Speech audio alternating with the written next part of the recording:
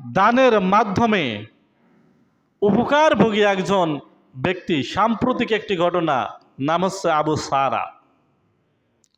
সে একজন mechanical engineer, Saudi আরবে চাকরিরত, মাসে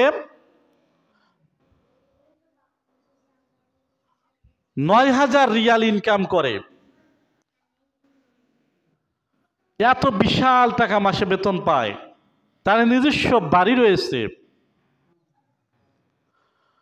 সে মনে মনে পরিকল্পনা করে, সংকল্প করে, ইচ্ছা পোষণ করে যে এত টাকা আমি বেতন পাই, সব যদি খেয়ে যাই তাহলে ভবিষ্যতে আমার কি হবে, আমার প্রত্যেক মাসে কিছু সঞ্চয় করা দরকার। সে এই নিয়ত করে, পরিকল্পনা করে, কিন্তু মাস শেষ হতেই দেখা যায় এমন কিছু আপদ বিপদ এসে, এমন কিছু খরচ এসে তার মাসের সম্পূর্ণ টাকা ফুরিয়ে যায়। সে একটি টাকাও জমাতে পারে না। সে প্রত্যেক মাসের শুরু থেকে একই চেষ্টা করে, কিন্তু মাস শেষে সমস্ত টাকা ফুরিয়ে যায়। তাকে তার বন্ধু একদিন পরামর্শ দেয় যে তুমি এক কাজ করো, তোমার যে বেতন পাও এই বেতন থেকে প্রতি মাসে কিছু টাকা আল্লাহ রাস্তায় দান করো। অবশেষে আবু সারা বলেন যে আমি নিয়ত করলাম আমার বেতন থেকে আমি প্রতি মাসে ৫০০ রিয়াল আল্লাহ রাস্তায় দান করব। সে প্রথম মাসে ৫০০ রিয়াল দান করে।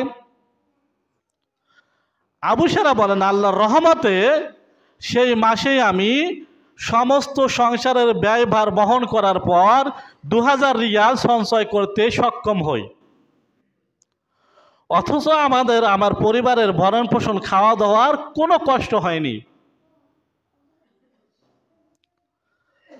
আবু সারা বলেন আমি এই ভেবে চিন্তা করলাম যে না, আমার দানের পরিমাণ আরো কিছু বাড়ানো দরকার।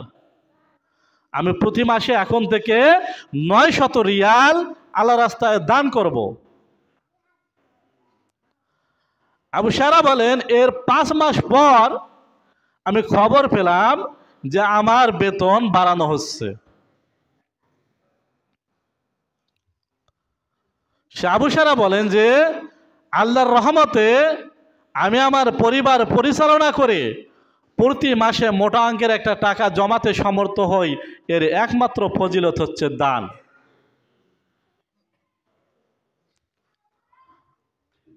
আপনারাও, আবু সারা একটা পরামর্শ যে আপনারাও আপনার ইনকাম থেকে, আপনার আয় থেকে কিছু টাকা আল্লাহ রাস্তায় দান করেন, তাহলে আপনার ইনকামে বরকত আসবে, আপনার সম্পদে বরকত আসবে, সম্পদ বৃদ্ধি পাবে, সম্পদ কখনো কমবে না।